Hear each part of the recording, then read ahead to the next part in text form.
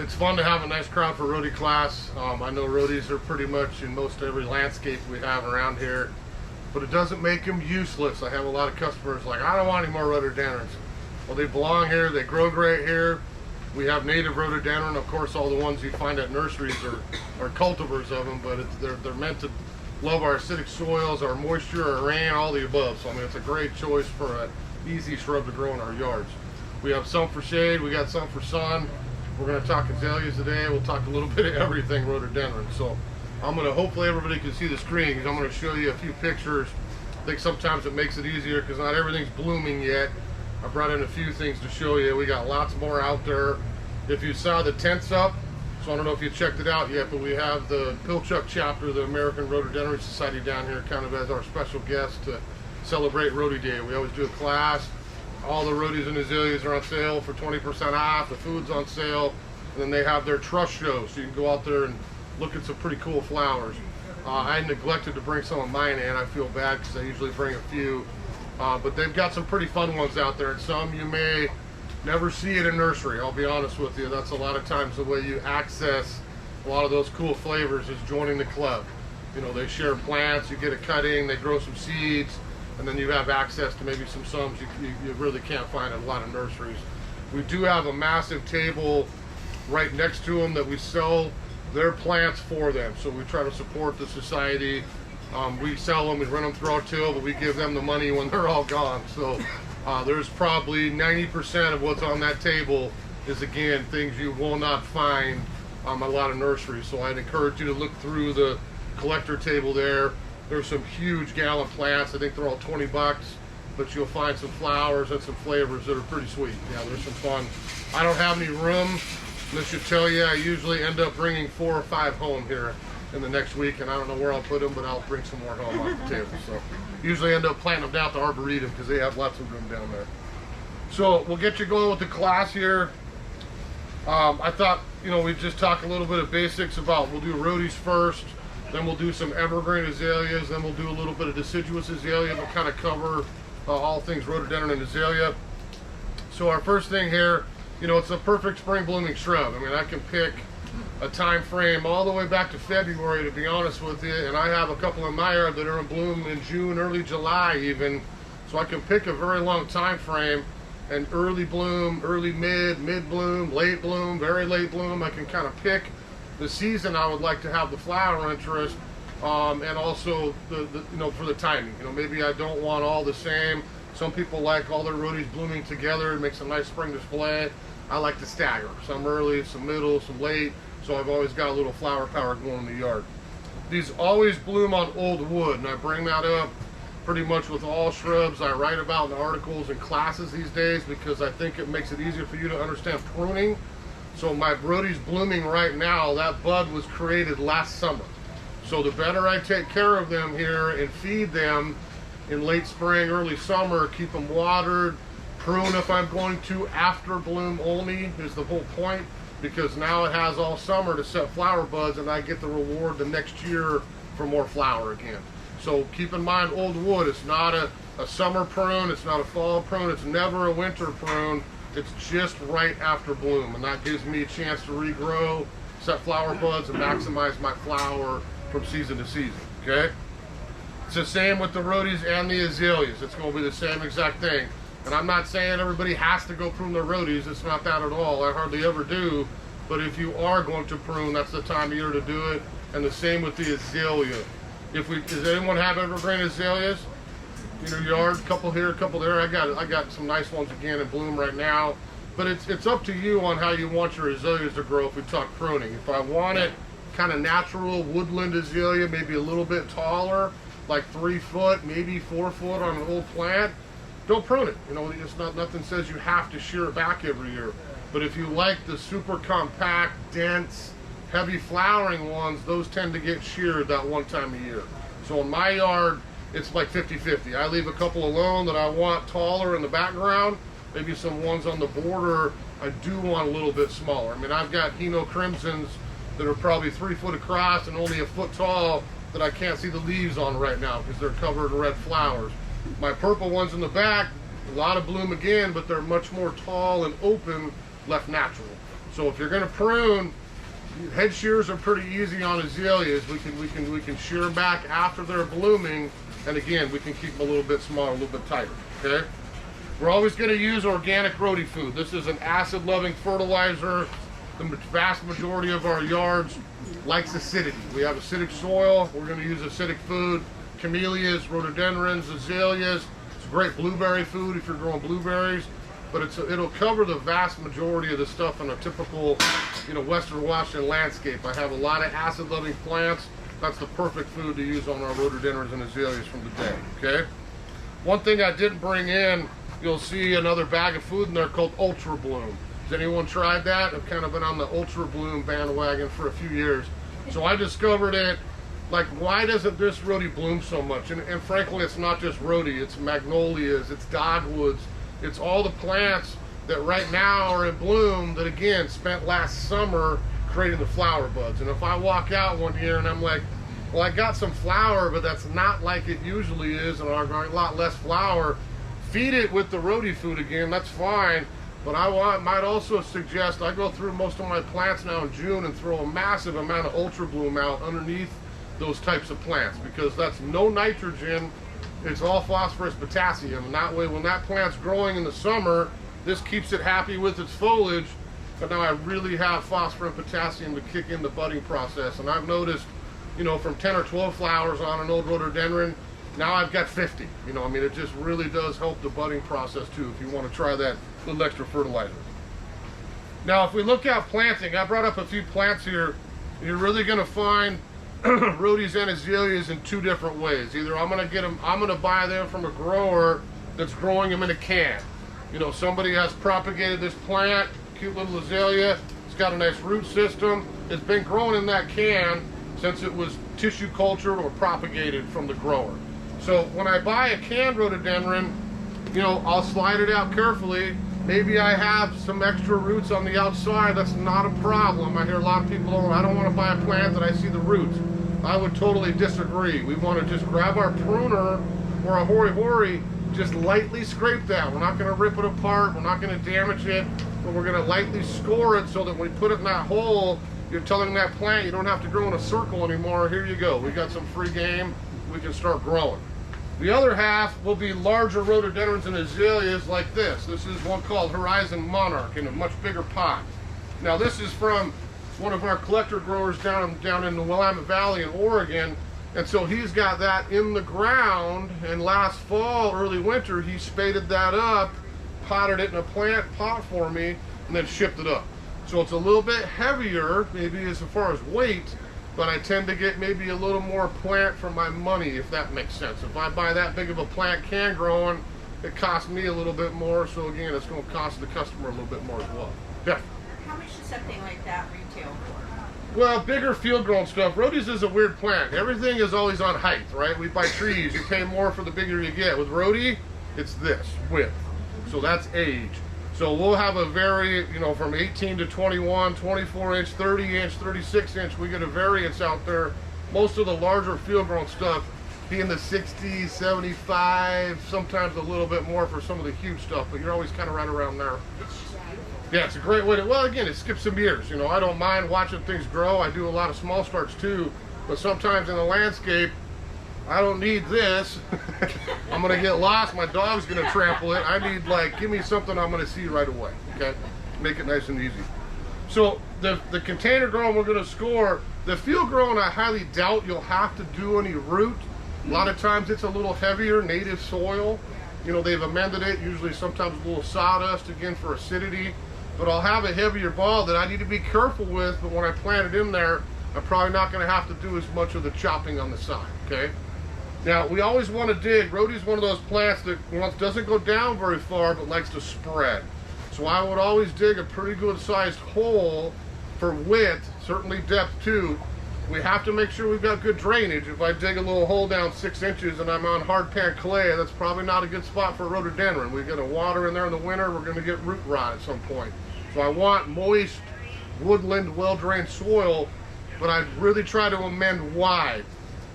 I brought one bag in there of a pink bag, that's our acid mix. So this is part of this new kind of hybrid soils that are all organic. I can use that as a potting soil. Let's say I'm going to grow one in a pot for a few years or whatever. I can use that as an acidic potting soil for a lot of things, but I can also buy that to amend my soil. I'm never going to get upset with you if you just buy compost. That's fine. I use a lot of compost in my house with everything. But if you're concerned about acidity, maybe you've checked your pH and you're like, okay, I'm not quite as acidic as most people are. I want to make sure this Rhodie's happy. This would add acidity into that hole as well. So again, Rhododendrons, azaleas, camellias, blueberries, just about all the super acidic loving things that we have here in our local gardens, okay? Now, like I said, the Rhodie food's on sale, 20% off. If you want to stock up, that's a great thing to have in the garage. We use a lot of Rhodie food around here. The Ultra Bloom is in the store as well. Be careful with mulching. You know, does anyone bark, compost? We mulch our yards to help moisture. Rhodies are gonna love that, but we gotta be really careful with Rhodies and azaleas. I'll try the azalea this time. If I buy a plant like that, I wanna keep the soil level the same as it is in that pot. If I start getting in the habit of adding 2-3 inches of bark and I bury that stem, we're gonna have some problems down the road. And especially with evergreen azaleas, dwarf Rhodies, if your plant's struggling, sometimes I gotta get into that crown and keep that bark away. We wanna keep it right at the same level. We can go much deeper out away from the trunk, but we can't bury that crown down there at all, okay? So keep in mind, if you're doing bark, which again, I'm not gonna hate you if you like bark, that's acidity, which is great, but be sure to add extra food underneath bark. Bark turns into compost over time, but as it degrades, it's taking all the nitrogen out of the soil. So I have a lot of people come in the summer, they bark their yards in the spring, nothing's dying, everything looks great, but why is everything so light and yellowy and off colors? Because we're lacking nitrogen, because that bark starting to rot is taking it away from the plants. So sometimes if I'm gonna mulch a whole bed, I'll get a bag of organic lawn food and literally put that over the entire planting bed, mulch over the top of it. That'll help me with that fertilizer problem. But certainly around Rhodies and azaleas specifically, if I put this down once, usually March, maybe one more time in June, and then I choose to use the Ultra Bloom or not, I'm gonna have happy, healthy rhododendrons no matter how much mulch or if I use bark or compost, okay? The last thing there, watch the water in the dry season. I don't need to tell anybody, it's a beautiful day today again. I'll thank you for the sun, but we get plenty of rain. You know, we go back to the fall, the winter, the spring, we're typically very wet, which I wouldn't trade for the world. It keeps things green around here. We get to summer, we might as well be in the Mediterranean because it's very, very warm and very dry. We don't get a lot of rain for those 3-4 months. Rhodies are not drought tolerant. I'm gonna be honest with you. It doesn't mean I have to water a rhododendron every day. That's not what this is about. I have old Rhodies in my yard for 70 years since the house was born. They probably get it every 2 weeks, maybe once a month on some of that stuff in the summertime. If I plant a new one, I'm probably gonna mulch it properly and check it maybe 2 or 3 times a week here in the heat of the summer. Next year, maybe it's twice a week. Another couple years, it's once a week, and then it's back established and I don't have to worry about it quite as much, okay? So there's the food. You can see, I always put Sure Start on here because Sure Start is our go-to transplant fertilizer. So I will tell you, if you're buying Rhodies and azaleas, just save the money, use the discount, get the Rhodie food. But typically Sure Start is the other one that we use for pretty much everything in the garden. We can transplant bulbs, all the above. That's a picture of that Ultra Bloom right there with the lavender label. And you'll see that again. I think it works awesome on old wood blooming plants. Lilacs, magnolia, dogwood, root, anything that sets its buds one year that you get to enjoy the next year. That's a great way to kick up your flower power in the summer. And then you see the acid planting mix, okay? Now with rhododendrons in particular, the foliage size matters. You know, we're gonna give you a couple general rules. It doesn't mean it's 100%, but the bigger the leaf, typically is more shade tolerant. Smaller leaf, I'm gonna be a little bit more sun. There's a couple of exceptions to that, but that's a great way to kind of choose a Rhodie. We've got signs on all our stuff that say sun part shade, all the rest of it, that will help you as well. But when it comes down to rhododendrons, any one of them out there, if I have half-day sun, half-day shade, especially morning sun, afternoon shade, I could do any rhododendron on the property. It's when I have all afternoon sun or no sun at all, the dappled light in the woodland garden, I got to be a little more careful. You buy the wrong Rhodie, I'm going to end up with a leggy, stretchy plant that needed more sun, or I'm going to walk out every July and August and see a Rhodie that looks fine, but it's sunburned because it's getting too much heat in the afternoon. So there's choices for all the above.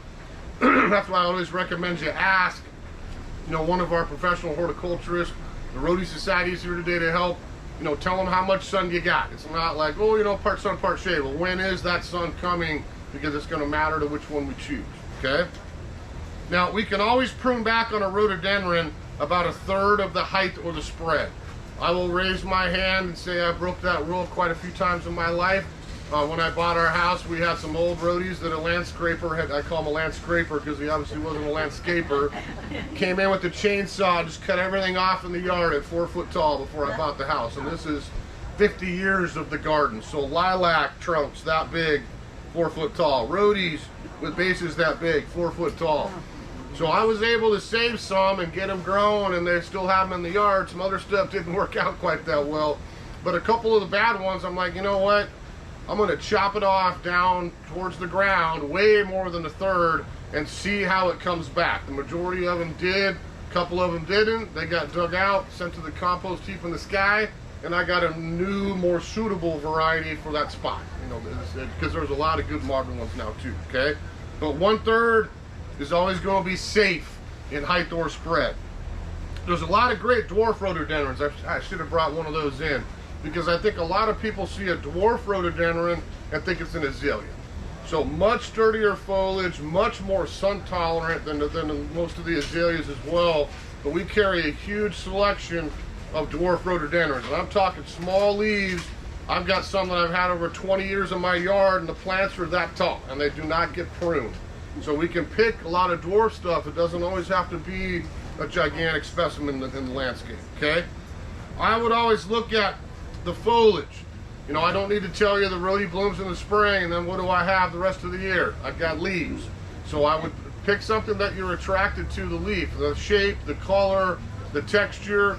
Get something that catches your eye, because you're going to look at that for 10 months, maybe 11, and you're going to look at the flower for 1. So make sure you pick out a leaf that you like as well. There are some cool variegated ones out there, lots of different sizes, lots of different textures, lots of different cool plants that actually have new growth color as well. So I think you'd be surprised on the variety that we can get on some of the foliage too. There's still places, I used to call them the garage barriers. There's still places for the old ones that buried the garage, right? I got a couple in my yard too. I think my front yard one is a tree, probably 12 foot by 12 foot, and there's an entire landscape underneath it. It is massive. I mean, that's a big plant.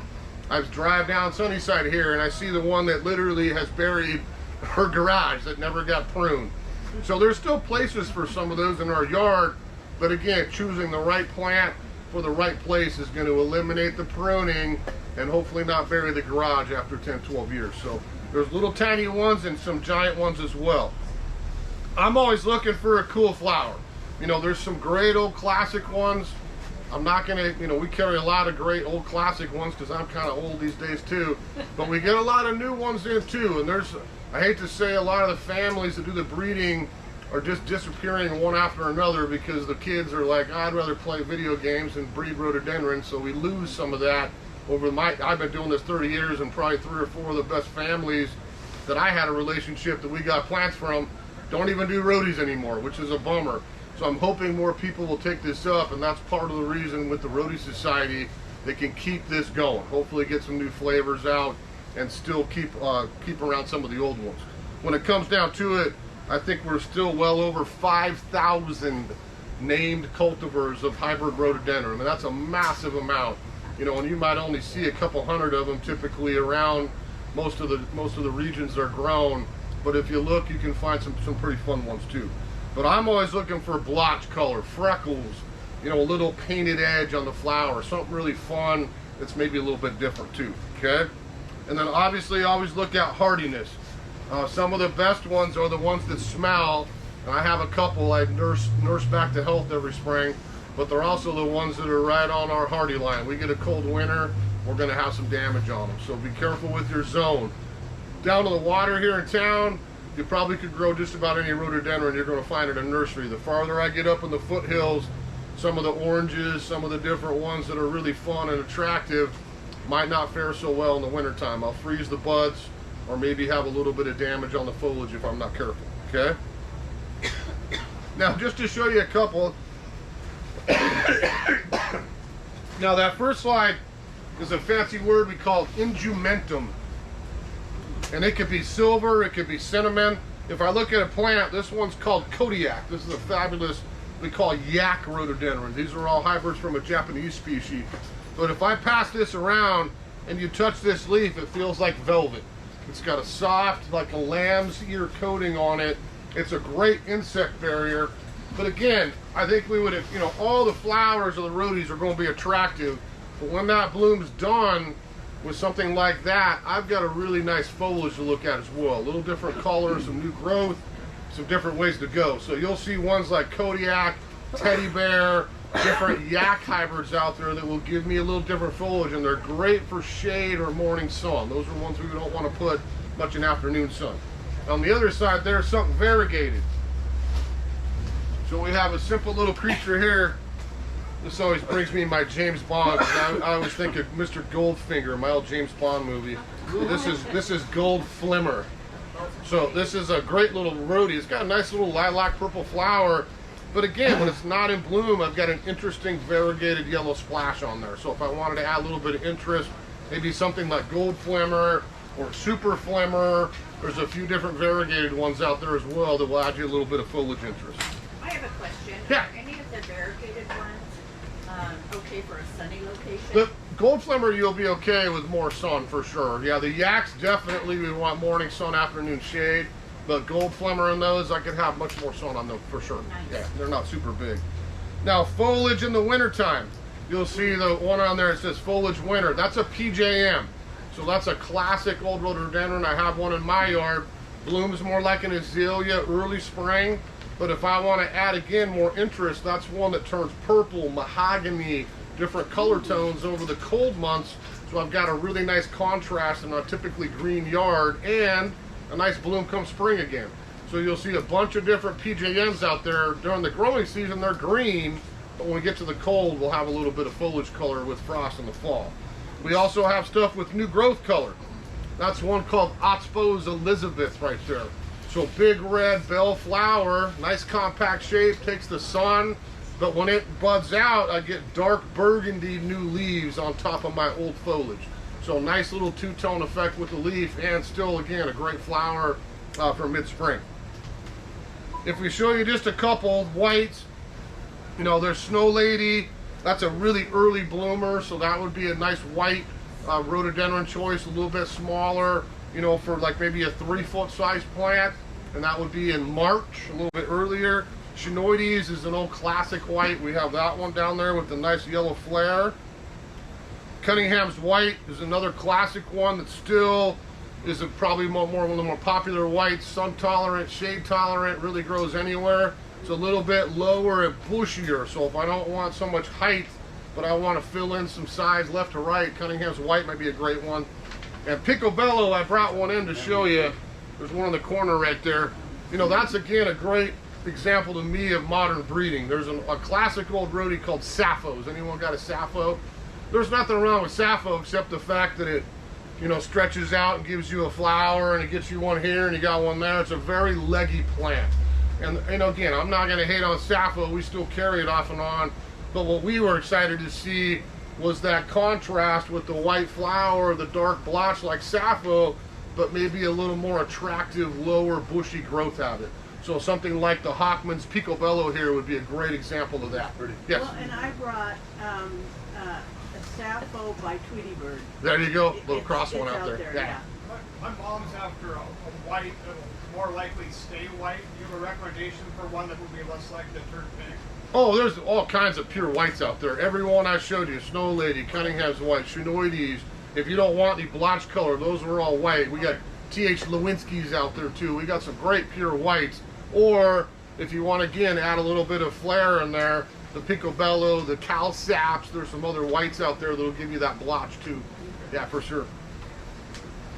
If we look at orange, these are a couple of the ones in my yard in Everett.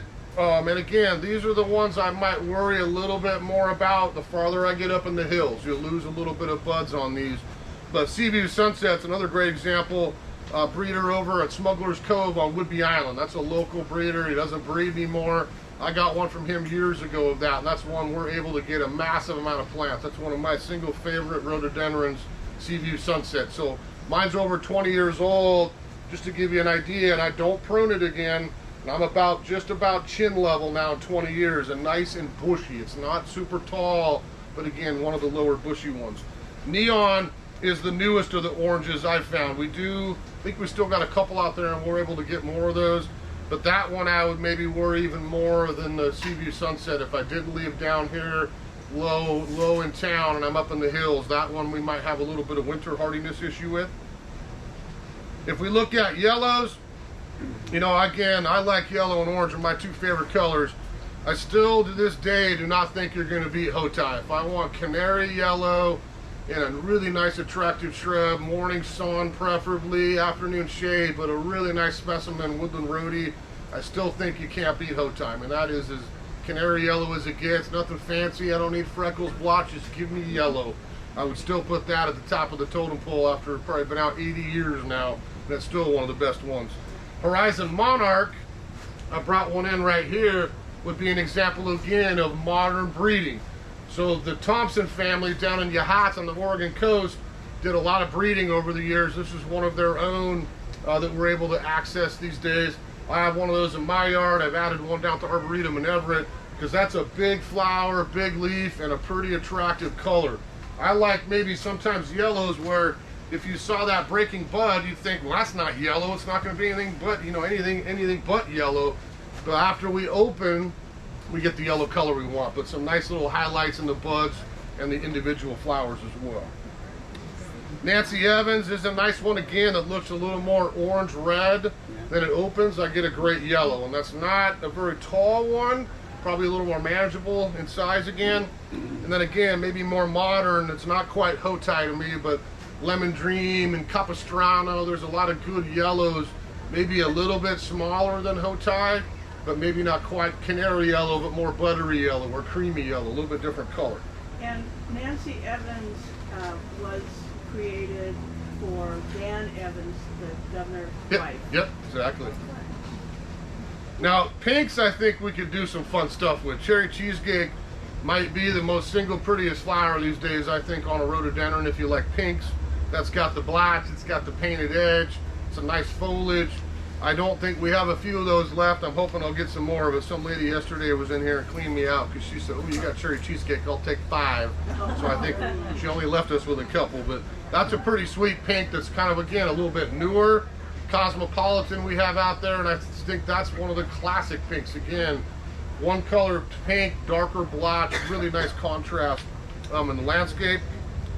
I still like old Anna Rose Whitney. That's still one of the giant growers, big leaves, big plant, really nice specimen Rhodie. That's one we've almost turned into a small tree, but we always will have Anna Rose Whitney around here. And then again, on the newer side is that Melrose Flash. That really looks like an Asiatic lily. If I picked one flower and handed it to you, you would probably think I went out and deadheaded my Stargazer lily or one of my Asian lilies because it's very cool color.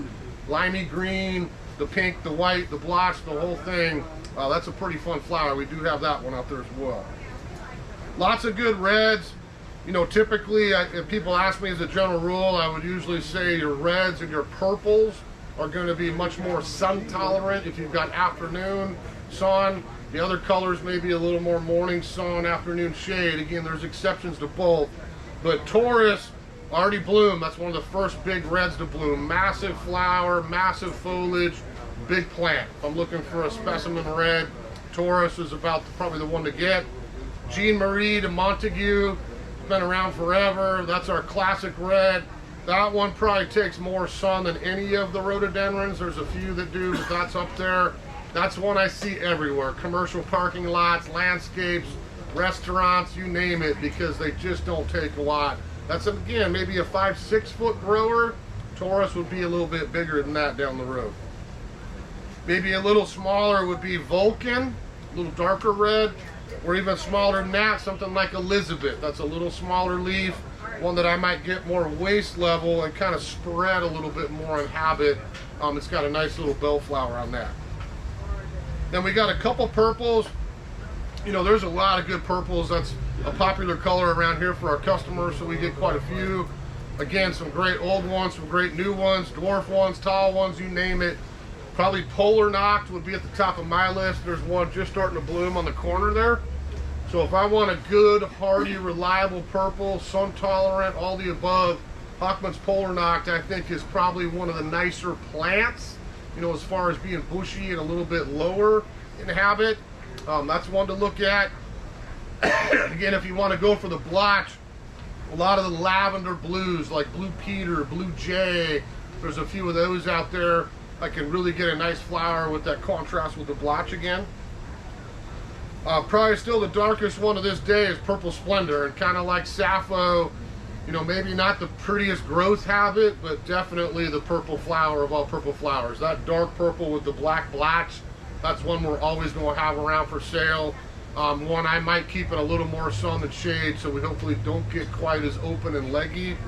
That's one, if you prune lightly every year, I think you're going to get a much nicer plant out of that. And one of my favorite dwarfs, there's a great example of a dwarf, that Blue Baron. I think these days, if I probably said what's the single Rhodie we sell the most of these days, it's probably Blue Baron. That one bloomed here the last month. People like the blue jeans, blue color, smaller flower, smaller plant, takes sun. I have one in my yard too. These are all kind of Augustinii hybrids from an old species back in the day. But Blue Baron, Blue Diamond, Bob's Blue, there's a whole bunch of these tones of blue. But for some reason, the Blue Baron seems to catch people's eye. It's a little bit darker. And probably the closest thing we can get to like indigo blue on a little rhododendron. Okay? Now, we're not going to make this a negative thing, but I think it's always wise that we show just a couple things. You know, I always encourage folks that have any issues with plants, bring down a sample. Send me a picture. Not a picture of the plant, but a picture of the leaf you're having a problem with. Email it down or put it in a little quarantine bag, and we'll look at it down here and see what's going on. If I was to tell you the things I see day after day from emails and customers asking questions, these are kind of the most common things with rhododendrons. Everybody probably's had a root weevil. I think that's the most common thing we have around here. It's easy to tell because I can look at my foliage and I've always got the bite marks on the edge of the leaf. Those evil little creatures live in our soil, crawl up in the middle of the night, have their snack. You'll never catch them. They go back into the soil before the sun comes up. So it's a hard one to treat, because unless you want to get a flashlight, which I have, they're kind of a cool bug. But you get a flashlight, you can go find them crawling up there and eating at nighttime. You could squish them, grab them, spray them, whatever you're going to do. But the problem is, you know, something that comes and goes, it's really hard to spray for that. I don't like using systemics, to be honest with you. If we put a systemic down, I'll kill the root weevil, but I will also get the bees. You know, if I have a systemic chemical that goes into my plant, that's in the pollen. The bee comes down with a happy flower, I'm going to start killing bees too, which is not a good thing. So with root weevil, I would suggest, excuse me, two different choices. Now, this is not natural organic by any means, the first one, but we have a powder called 8.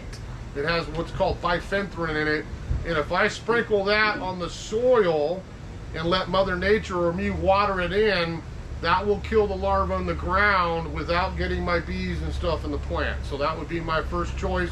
If you're truly organic and you do not want to use any chemical at all, then we go to hopefully it's a bigger Rhodie with clean trunks, because if I can wrap the trunks and put tanglefoot or biodegradable sticky glue and I form a barrier, they crawl up out of the soil and you'll actually catch them on your tape. Then all you got to do is wrinkle the tape up, throw it away once in a while, put some more on, and you will start catching those little suckers as they try to crawl up and feed.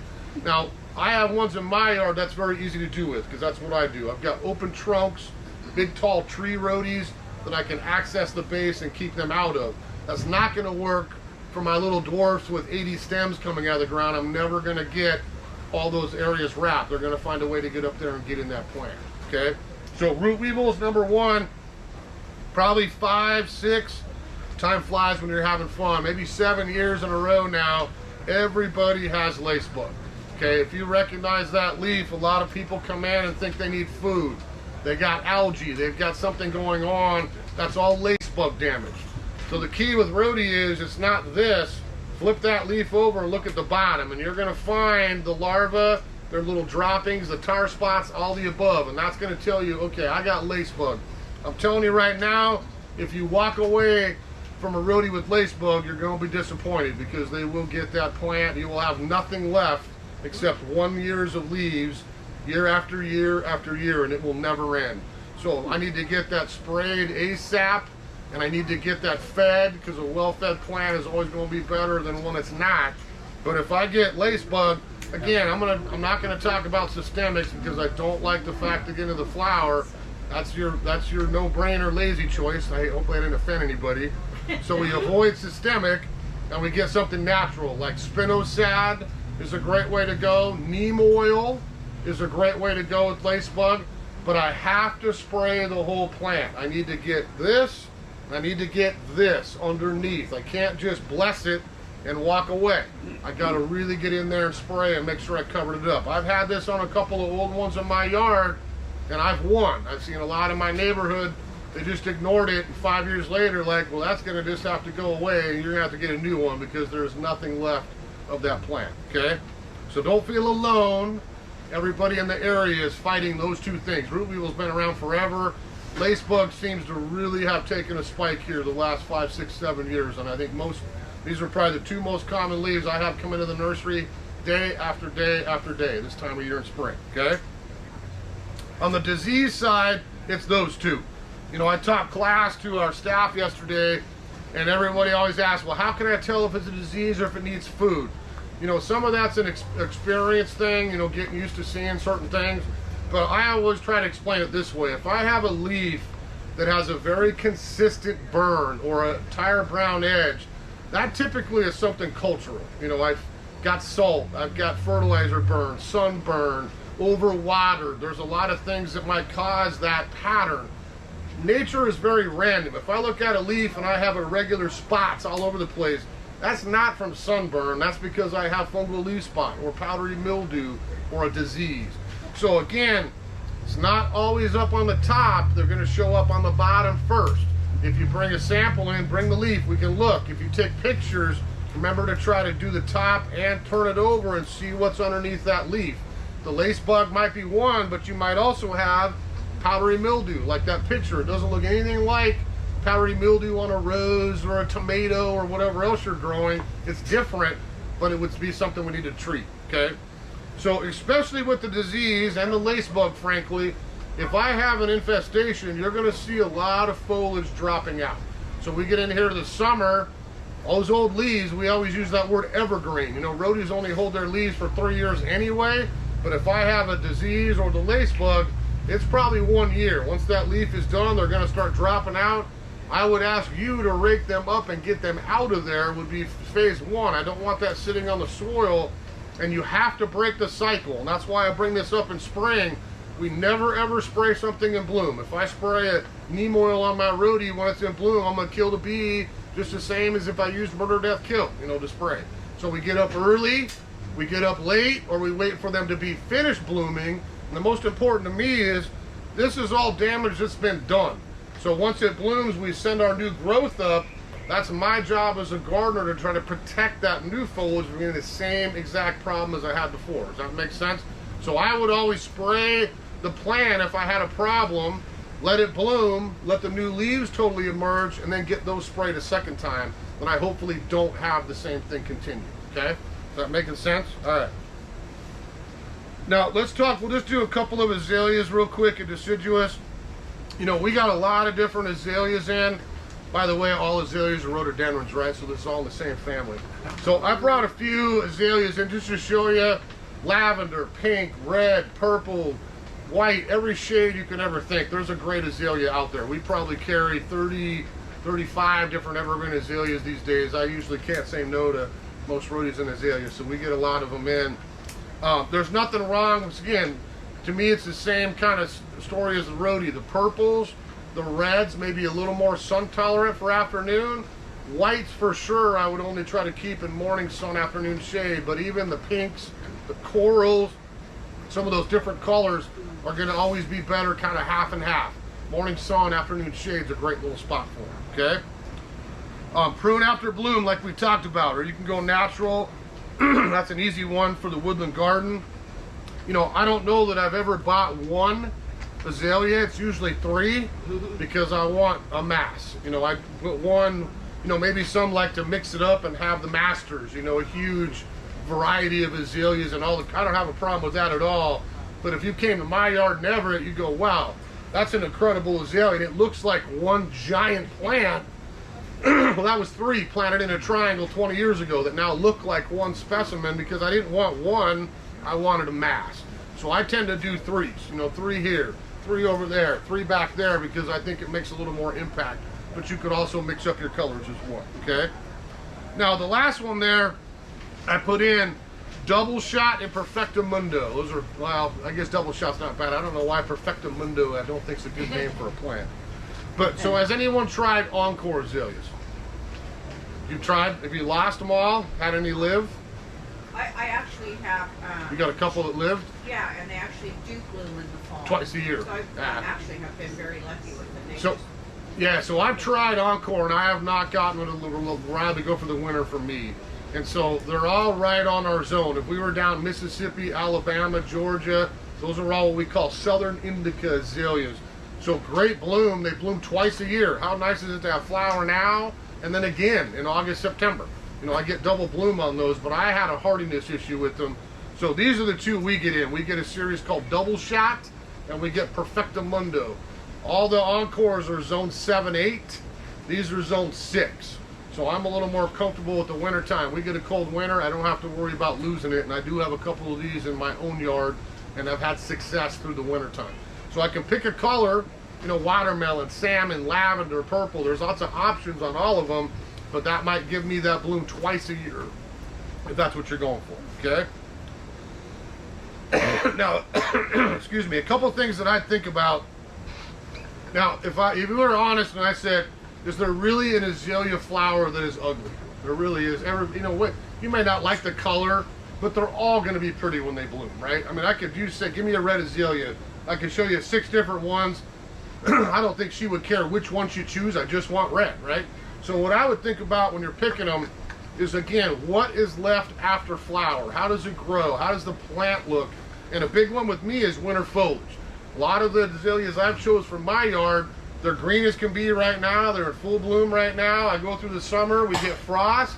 The whole plant turns burgundy or red, but doesn't drop its leaves. So I've added a whole nother season of interest on some of those plants like that. So there's some very good ones out there for winter color. Johanna, there's a great red one that'll turn color in the winter. I like Gerard's fuchsia, my purple, beautiful burgundy all wintertime in my own yard. There's a lot of examples for ones that will give you a little bit of foliage color. The Gumpo azaleas, I don't think I brought one of those in, but a lot of people want dwarf, you know, that magical word dwarf. You got this picture in your mind, this little tiny, you know, 0 maintenance, perfectly round azalea ball. That doesn't really exist, but we do have a lot of dwarf stuff. I don't want 2, 3 feet, 4 feet. I don't want that. I want something like a foot or 2. These are some great choices for that. Gumpo, you know, this is a Satsuki azalea, so these will bloom in May, which is a little later.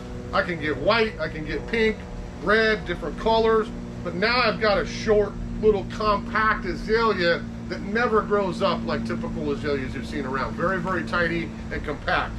I think the kimono azaleas are the nicest ones in the property. I brought a couple up. This is one called Shanzanetta. That's a beautiful dark double pink. Okay, this is Maraschino, a little more red. But that new series, there's a white one out there too. That new series is under 2 feet, spectacular winter color, really heavy bloom, and really easy to grow. If I wanted a nice dwarf, I would look really hard at that Kimono series, those 2 in particular. So I think they're very small, very easy to put in a landscape that doesn't take up much room at all. And then true Satsuki azaleas from Japan. We just got our batch in yesterday, so I have some down there. It's hard to explain, but I'm being honest with you. one plant will have 40 different flowers on it. I mean, literally, if you looked at it. So when I pick one, like Getsu Toku is one, I could look at my bush in bloom. I would have a pure white flower, a pure salmon flower, a salmon with stripes of white, a white flower with spots of salmon. Every flower is a little bit different.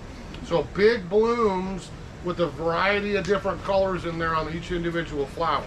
So there's a few of those out there. The thing I like about Satsukis, again, big bloom and a little bit later. A lot of the Satsukis are going to be in color in May into June versus everything blooming again in March and April. Yes?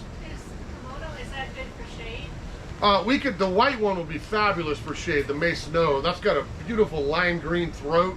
These two, part sun, part shade, are full sun, for sure. Yeah, either one. Oh, I forgot the other. This was another cute little dwarf I get every year. We call this cherry drops. You know, that's a beautiful little large flower azalea. And that, again, a foot tall. That's a really easy little small one for sun, okay? Now, let's look. Just to show you a couple, there's my Hino Crimsons in my yard in bloom there. You can, again, not see any leaves when they're in flower. They are a massive amount of flower. And those plants, if this table was the ground, those plants are that tall. You know, one little quick head shear on them when they're done blooming every year keeps them super tight and compact. And that is literally facing southwest in my yard with zero escape from daylight all summer long, and it loves it there in the heat, okay? You can see my heuchera problem in front of there too. I got way too many heucheras in my yard. Peggy Ann is a fun little flower.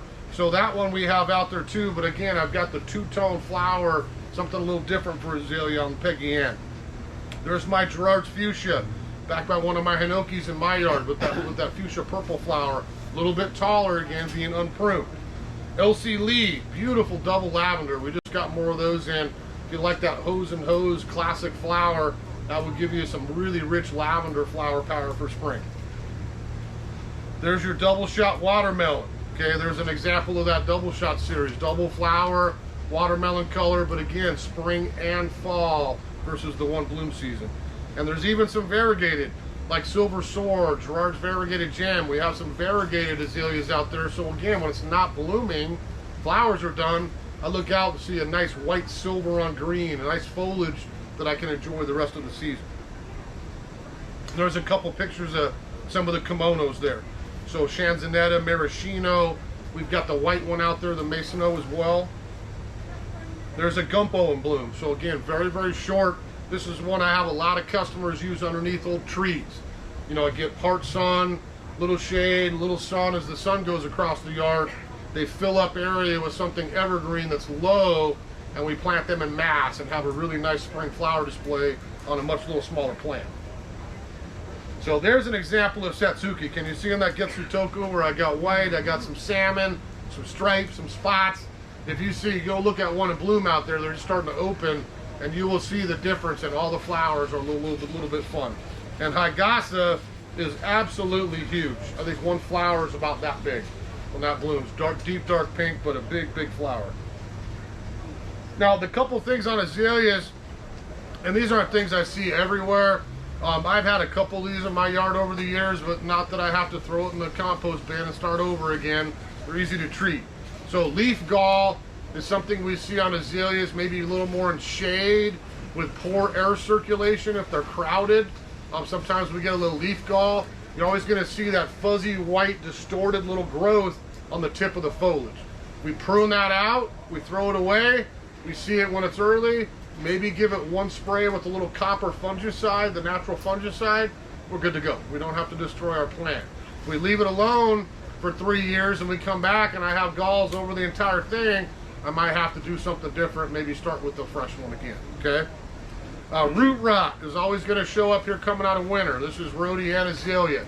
If I've had a plant for a lot of years and all of a sudden I walk out, usually with Rhodie or azalea, sorry buddy, I'm going to borrow one of your leaves here, and I see a leaf, I'm always going to see it do this. It's going to fold downward on the midrib and hang down. That's going to let me know, okay, that is too wet, and I know full well I haven't watered it at all because we're coming out of wintertime. We got drainage problems. We got groundwater that's coming up in the wintertime. We're going to get root rot. I don't have a solution for that except move it, get it higher and drier, or get a different plant planted in there, because we're not going to be able to change the drainage quite that easily, okay? So root rot would be the other one. And then I hate to say, the same problem on azalea as we do. I got a commercial place down the street from me. Anyone know the Totem Restaurant in Everett? So there's a little dentist office next door, and I've knocked on Dr. Rob's door a few times the last couple of years, like, hey man, you might want to get the lace bugs off all your azaleas. So the front of the place, they look variegated, they're so bad. I don't know that he's ever going to get them back now. But again, same thing as the Rhodie. I'll see the damage, the color. I flip that leaf over, I can see all the larvae, the droppings, and everything going to town, and they will do some damage on your azalea pretty quickly as well, okay? The only other bug I see much on my azaleas ever is just simple whitefly. We don't need to get murder, death, kill to kill whitefly.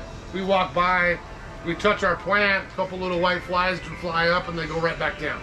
So they're like aphids with wings. They suck sugar, give us a little stifling. Very easy to just get insecticidal soap, some neem oil, something totally natural, and just take care of the whiteflies. Very, very easy to do, okay? Now the last one here is deciduous azaleas. Now, there's a lot of good deciduous azaleas out there. When I say deciduous, just to make clear, we're losing our leaves in the winter. So we add fall color as another season of interest. Nice spring bloom, growing in the summer, excellent fall color. We go dormant, and then we see you again come next spring. Now, I think there's some great deciduous azaleas. I think there's maybe a few that folks shouldn't try to grow around here with the wet weather. The big reason we're going to see here later is mildew. That's the one complaint I hear about deciduous azaleas. There's better varieties. Too many people put them in too much shade. They need to be in sun. This to me is a background plant. If I got a sunny garden, you know, a deciduous azalea, like this is Gibraltar. If you want orange, you are not going to get anything oranger than a Gibraltar azalea. So I look at that, it's just breaking bud. It's going to start blooming here in May. But how does this grow? It grows woody, it gets top heavy, and all of my interest is up here. So this to me is a plant I have at the second level of the garden, perennials, low shrubs, things around the front. I can enjoy the flowers, I get the sun I need on it, the air circulation, but I don't have to fight the mildew that way, okay? So give them some room, give them more sun than you think they need. I have an orange one on my south bank that gets sun up to sun down, and it is fabulous. I've never had one speck of mildew on it, and it is covered with orange flowers right now. It's really easy to do more for sun, okay? So bright flowers, the two biggest things to me, we can get yellow with rhododendron. We cannot get yellow or orange. We can get close, like coral or salmon, but I can't get pumpkin orange except for a deciduous azalea. So if you're like me, I got the orange truck on the fence out there. I like me some orange. I want orange, I'm going deciduous azalea. Or pure, bright, golden yellow. Those are the two colors that stand out to me for azaleas. We got white, red, pink, all kinds of other tones, but those are the two in particular a lot of people like. They've got to go Gibraltar, Klondike, get one of these deciduous azaleas to get that color for spring, okay? There's a lot of these that are fragrant. Gibraltar is not one of them, but there's a lot of the deciduous that'll have excellent smell. This is one right here. I'm gonna just take a moment. It smells like honeysuckle. So this is a white one we call Fragrant Star. And that's a fabulous deciduous azalea. Bluish green leaves, white super fragrant flowers. We have mollus out there. We have other azaleas out there that will smell as well. But if you're into fragrance, there'll be some options for fragrance on some of those deciduous ones, okay? There's a few species, you know, when I started doing this about 30 years ago, everybody was all about Exbury azaleas. Everybody wanted Exbury azalea, which is a type of deciduous azalea from Exbury, England, grown from seed. We would have 50 of them for sale. I ran whites for like 20 years. We would have 50 out there. Every single one of them would be slightly different. They weren't even labeled for color, because if they're true Exbury azaleas, this one's pink, that one's white, red, orange, two colors together. They're all different.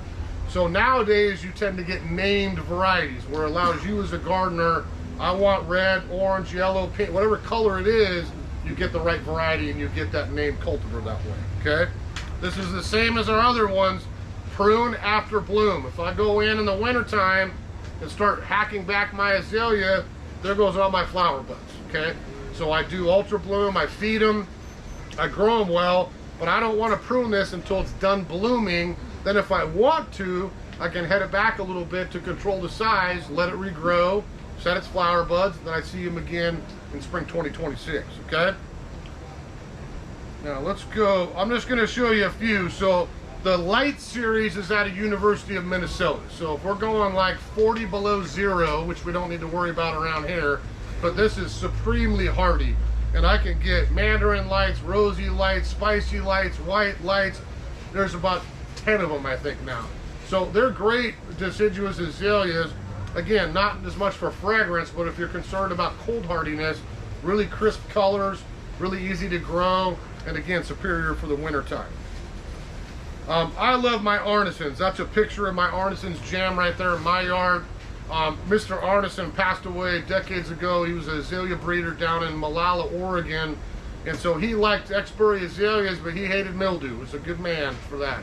So he spent his life crossing and breeding these for mildew resistance with the nice flower. So when I chose mine years ago, I went straight for Arneson's gem because, again, I didn't want to mess with the mildew as much, and I like the orange. So I got my orange in there with a little bit of yellow. But he's got Arneson's gem, Arneson's ruby, like a dark ruby red. The golden solitaire is more yellow. If you look around, you might find some Arneson's flavors out there.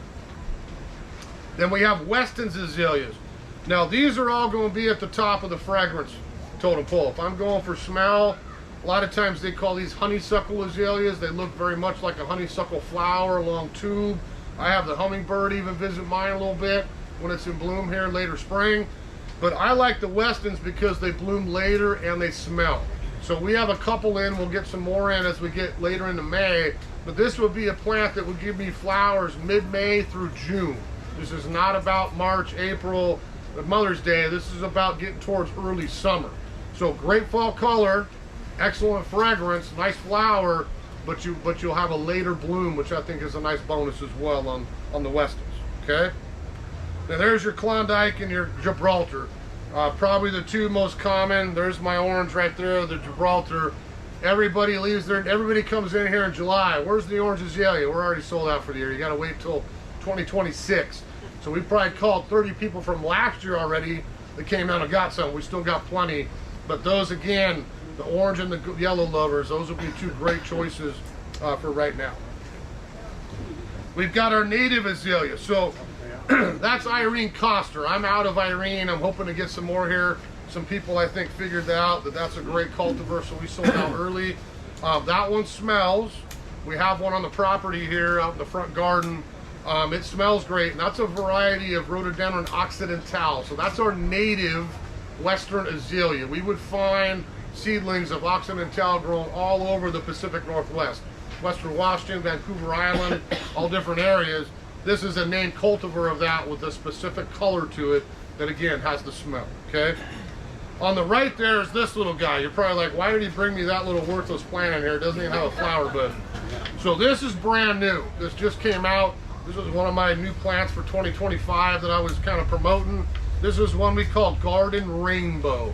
And I've never seen an azalea with more than one color on it. That's what you get. So as this blooms out, I'm going to see orange, I'm going to see pink, and I'm going to see yellow. And I'm going to see that in every single flower as this progresses through bloom. So if you want something a little different, these will bloom next year. They're a little young for the first season, and hopefully we'll start getting bigger plants next year. But that's brand new from another place in Washington, a place called Bridge Nursery down south. So we just got those in, okay? Now the last one here, just a couple things for deciduous azalea. So I took a picture of mildew, okay? You can see on the picture there, hopefully. You know, that's the one thing that I hear from you guys when you come in and like, I don't know if I wanted a deciduous azalea. Every time I've had one, it got mildew. Okay, well, it's not, the plant is a little bit susceptible, yes, but I think it's also, again, the location and the air circulation. Get them in sun. Don't bury them with other plants around so that the air moves through there. You're not going to get the mildew that you think you do. If you do get it, it's very easy to spray for. Mildew doesn't have to be a murder, death, kill thing. We get simple copper, we get a natural fungicide, we take care of the mildew, we move on. I mean, it's not going to kill your plant, but it's going to make the foliage not so much fall color. That's always my issue. If you got mildew, I'm probably not going to get to the fall color stage where I get to enjoy the warm tones in the fall. So we just want to spray a little bit and we're good to go, okay? The other one there, I don't know if I've seen this a little bit last couple years, but probably 5 years ago, everybody was coming in with soft light samples. Like, I walked out to my deciduous azalea one day, I got home from work, it looked perfect. I got home the next day, and it was gone. All that was left was the midribs of the leaf. Everything else was just gone. That's azalea softfly, very specific bug that flies in after bloom and eats all of your foliage. Again, spinosad, there's great neem oil, there's great sprays that are not chemical based that will take care of softfly. But if you see this happen to yours, I would make a note and say, okay, I got a treat for softfly, or this is going to happen season after season from hence on, okay? So watch for a little azalea softfly. So that's a quick little how-to. I was going to see if there's anything else I brought in here to show you that was kind of fun. Let's start over here. I just brought a few Rhodies in. I think we talked about, this is one called Wilgen's Ruby. I love this red. It's got nice foliage too, takes some sun. We got a lot of good reds out there. We saw the Horizon Monarch. That's Hockman's Picobello. If you like that white with the purple, that'd be a great one for morning sun, afternoon shade with that striking flower. This is a great dwarf one with nice pink. This is one called Mardi Gras. So it's a yak hybrid that stays a little more compact. That'll take some sun, some shade, but it's a great pink. That's got a great pink flower on it. This is where we get into foliage. So I have this in my shade garden. This is not one we're going to put out in sun, but can everybody see that deep burgundy growth? So this is one called Ever Red. This is a derivative off a couple of species rhododendrons. So this gets a nice red flower, but I could care less if that ever bloomed. I like the foliage. So this is one we don't want in afternoon sun. I've tried it and it did not work. So we put that in a morning sun or partial shade garden, and I've got a nice flower, but I've got a really pretty leaf to look at. I mean, that's going to have some interesting foliage all through the season. Green with some burgundy and purple highlights in it. Very, very easy to do, okay? On this side, we did the kimono, the cherry drops. Oh, this is an old school one I always have to ship up from Oregon. This is about as close as we get to orange with evergreen azalea. This is one called Greenwood Orange, which is really kind of coral or salmon. So when we get evergreen azaleas, we can't get the pumpkin orange like a deciduous, but that's a pretty sweet color. That's a really nice azalea if you like a little different colors in the landscape. Same with, this is old Ben Morrison. Look at that beautiful flower. So it's got the salmon with the white edges. That's a great one for a shade or morning sun garden as well, okay? This is Rosebud, ode to the classic pink azaleas. This is an old-fashioned one that we call Rosebud. So when this opens up, looks like a little light pink miniature rose. It's really a double flower. We have a lot of people like these for the spring bloom. What else did I bring in here? We did Kodiak. I have found one. We couldn't get any big ones this year. That's Seaview Sunset. So much tidier little plant, dwarf. I've had mine again over 20 years. It's not out of control at all. But that's a pretty sweet flower. When it opens up, the bud looks orange-red. By the time it all the way open, I get some yellow in there as well. That's a really pretty flower. This is Caitlin's Delight. A little bit more orangey with that double flower, kind of that peachy orange color. That's a fun one as well. Oh, I almost forgot this. I've been trying to get these for about 15 years, and we finally scored this year. So anybody go down to the UW Arboretum down there, Washington Park Arboretum? You ever walked like Azalea Way? You get to see all the cool old plants everywhere. It's a great spot in the spring. There's a place called Lodi Valley. Has anyone been in there? So Lodi Valley is a species of rhododendron we call Lodi. They are trees. So you walk underneath them, and all you do is, what is that smell in the air? It smells delicious back here because the fragrance is unbelievable.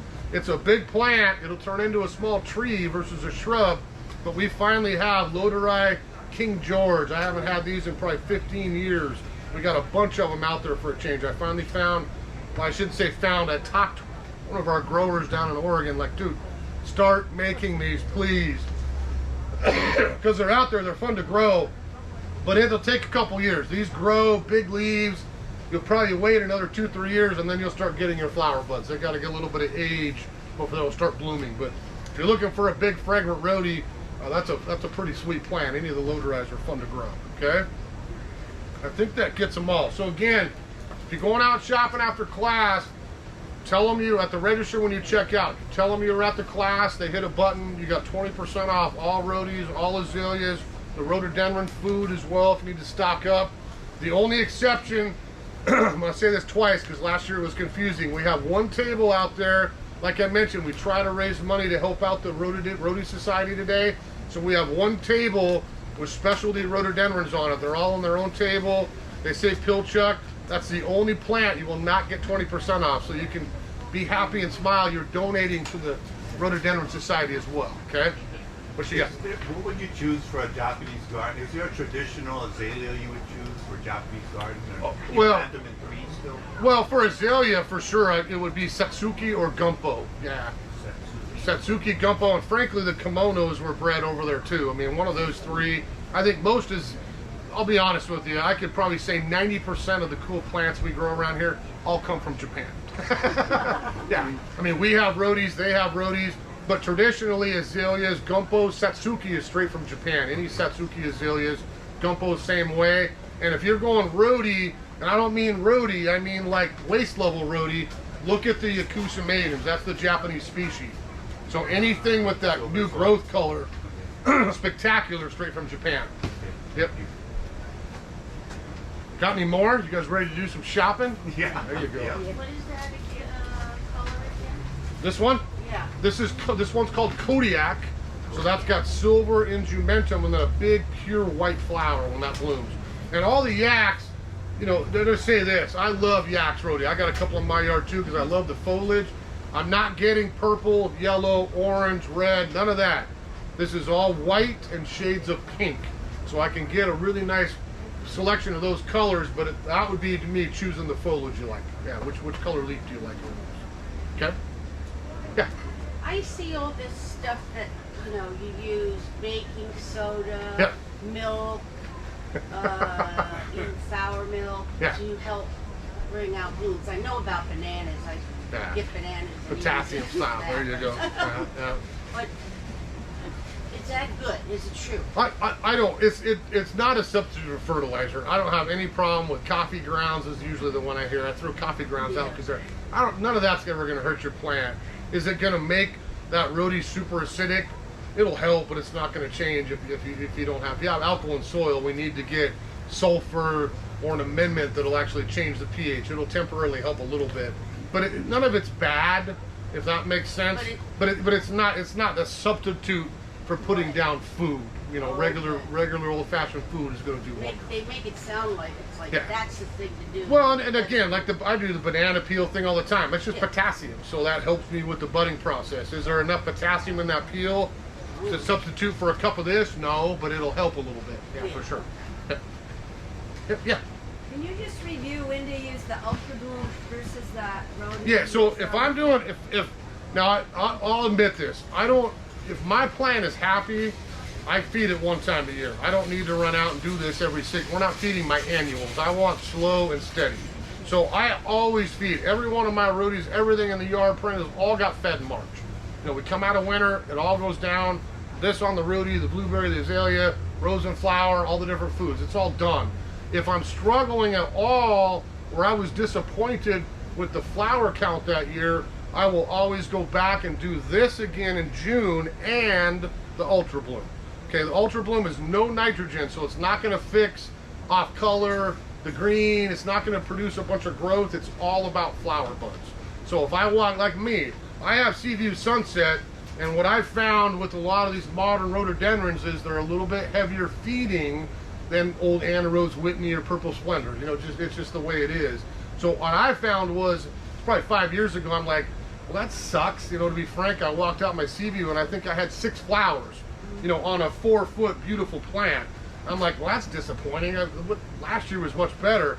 So I tried that, and then I went back to, oh, I can't see my leaves again. I got so many flowers on it. So it just helps with the budding and the blooming.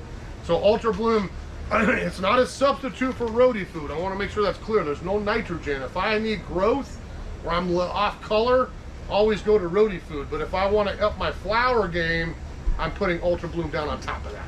And that to me is always a June thing, and it's not it's not just Rhodie. I put it on my dogwood, magnolia. I mean, I go on lilacs. I can go on and on. Anything that blooms in spring and then spends its summer producing flower buds for 2026. That's where the Ultra Bloom's going to help. Yeah, for sure. Yes. If you want to plant 3 in a triangle, like Yeah. you said, azaleas, Yeah. and you want to have it look like Yep. 3 different colors on one bush, Sure. how close do you plant them? Well, a little bit of it would depend on the variety, but if we're looking at standard evergreen azaleas, you know, if you're doing dwarfs, I'd say a foot apart. If you're doing bigger growers, I want 1.5 feet. So I just set up a triangle 1.5 feet. You know, I could see 3 plants, and then 2 years, 3 years went by, and then it just turns into one giant specimen. Yeah, but you could have different colors. That's fine.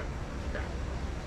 Yes. Would you say again when you give the plants the food? So March and June, it would be the most I'd ever do on Rhodie, and then the Ultra Bloom would just be June. Yeah, I would always feed in March no matter what. Just one time is plenty. If your plants are happy, I don't know that you have to do this again in June. Throw a little Ultra Bloom on it and see if it just helps the flower count. Thank you. Yeah. All right, well, thanks for coming.